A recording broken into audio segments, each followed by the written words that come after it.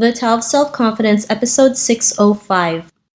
Welcome to the Tao of Self-Confidence, where I share stories of amazing women who have discovered their inner journey to self-confidence. Visit our website at thetaoofselfconfidence.com. Your inner journey to self-confidence awaits.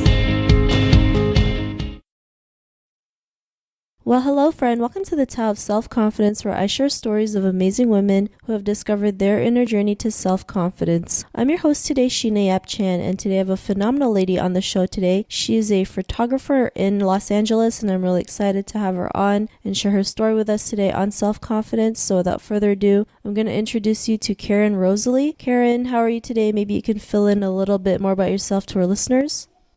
Hi, thank you so much for having me. Yeah, so I'm a photographer in Los Angeles. I own a photography studio and a content creation company where my team and I, we work with beauty brands either in LA or actually in the East Coast to create content for web and social platforms. So a few clients we've worked for is Almay, Murad, Pixie Beauty, and more recently Benefit Cosmetics.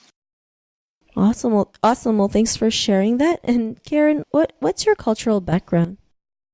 I'm actually Chinese and I speak Cantonese. My parents are from a small village near southern China, near Guangzhou. Thanks for sharing that. And what'd be your favorite self-confidence quote? My favorite all-time quote, and I've had this ever since Facebook had, that section where it says favorite quotes. This is like my favorite quote from even back in high school that I've always lived by. It's from Marilyn Monroe, where she says, "I'm selfish, impatient, and a little insecure. I make mistakes. I'm out of control and at times hard to handle. But if you can't handle me at my worst, then you sure as hell don't deserve me at my best." So I've always loved this quote. I just felt like it was such a badass thing to say to people. And it just had so much self-awareness and self-acceptance to it, where she knows she's not perfect, but she's still deserving of love and everything. Thanks for sharing that. That's a great quote that you mentioned. And in your own words, how do you define self-confidence? My definition of self-confidence is just owning what you have. I think when you accept everything about yourself, even the not perfect parts, that's when yourself truly starts to shine versus being burdened by all of the things that you need to change about yourself. It's just accepting that, for example, I'm really short, so but that's never been a part of me where I'm it's I'm so insecure about it, it is what it is, and I'm into it. Thanks for sharing that. I think people forget, when we accept who we are, it's the good, bad, the ugly, but it makes us who we are, who we truly are authentically. So I think it's truly important to embrace all parts of ourselves. And thanks for sharing that great definition. And Karen, what was your life like before your discovery of self-confidence?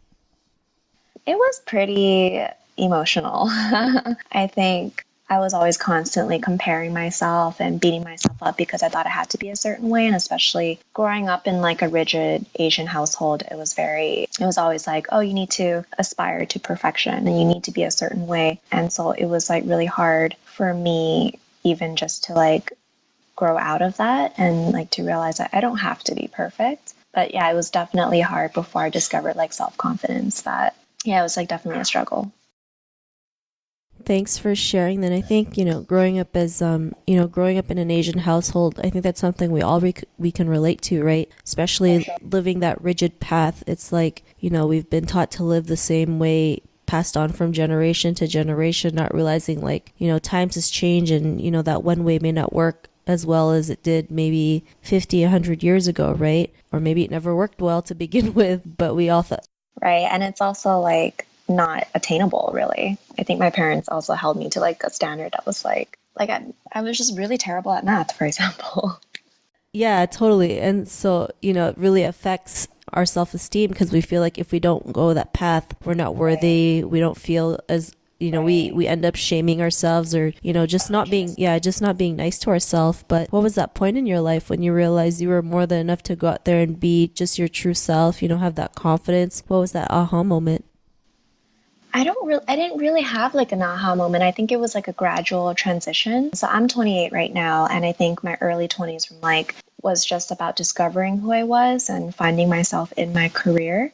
And that was like the struggle. But I think once my career started taking off and I felt this confidence of like, wow, like I can do anything with my camera. My camera can take me so far. I can like do all these things. I can travel to all these places that I never thought that I would be able to. That was when I was just like, I think that was maybe the aha moment when I was like traveling, working for a job. And I was just like, I don't need a man to complete me. I am self-sustaining all on my own. I've reached this point in my career all by myself, even when people told me photography wasn't a real job and they told me like it's not practical. I think for me, the biggest moment was when my career started taking off and I just felt enabled by all of these things.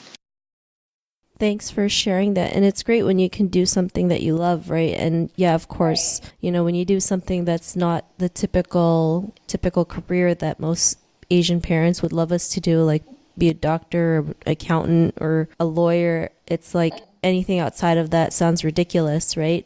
But it's okay. Just because it sounds ridiculous to them doesn't mean it sounds ridiculous to you. And like you did, you know, you just went for it regardless of what people said, even though it's not always the easiest when, you know, you're doing something out of the ordinary, but you know it's worth it in the end. Because of that realization, what's your life been like now? Honestly, it's been pretty great. I think when you're in tune with yourself and knowing who you are and what you're able to do is just so liberating. Like, I feel really liberated from the past me that I thought I needed this and that to complete me, or liberated from my insecurities that told me I wasn't good enough. It's like honestly the best feeling now. I'm just like totally in sync with who I am and what I can do. Thanks for sharing that. And Karen, you know, to the woman who's listening to your episode, she may be in her own journey to self-confidence. What would be that one tip you would give to her? I would say just be patient. I was so in a rush to become someone different. It just takes time. It took time for me to get to where I am. It took time for my career to blossom. So I think the key is just to be patient because, I think great things are worth the wait. Thanks for sharing that great tip. And, you know, I totally believe that, you know, I think we live in a world where we feel like we need to have that instant gratification, not realizing like the long term actually benefits us more. And if we just keep going at it, right, especially if it's something that we love, even if it takes 5-10 years, at least we know where we're going, right? You know, there's so many successful people who are at their careers for like 10, 20, 30 years before it even boomed, right? And it's just sticking to it, knowing that, you know, it is something you believe in, it is something you love, and there's bad days, but it'll be all worth it in the end. So thanks for sharing that great tip. And if our listeners wanted to get to know a little bit more about you and what you do, or check out some of your work, is there any links or social media profiles we can connect with? Yeah, you can just find me on Karen.Rosalie at Instagram. I think that's the best way to just see what I'm up to day to day. Thanks for sharing that. And to our listeners, if you want to connect with Karen, you can also head on over to thetowselfconfidence.com and search for Karen's name. Her show notes will pop up along with everything else that we talked about. And I really just want to thank Karen today for taking the time to share her story and tips with us on self-confidence. So thank you so much today, Karen. Oh, thank you so much for having me. Not a problem. It was really great having you on the show. And to our listeners, be on the lookout for another new episode of another amazing woman's journey to self-confidence, and we'll talk to you soon. Bye for now. Thank you for tuning in to another amazing episode of The Tao of Self-Confidence. Want to learn how you can use podcasting to market your business? Download your free report by visiting our website at thetowofselfconfidence.com. Your inner journey to self-confidence awaits.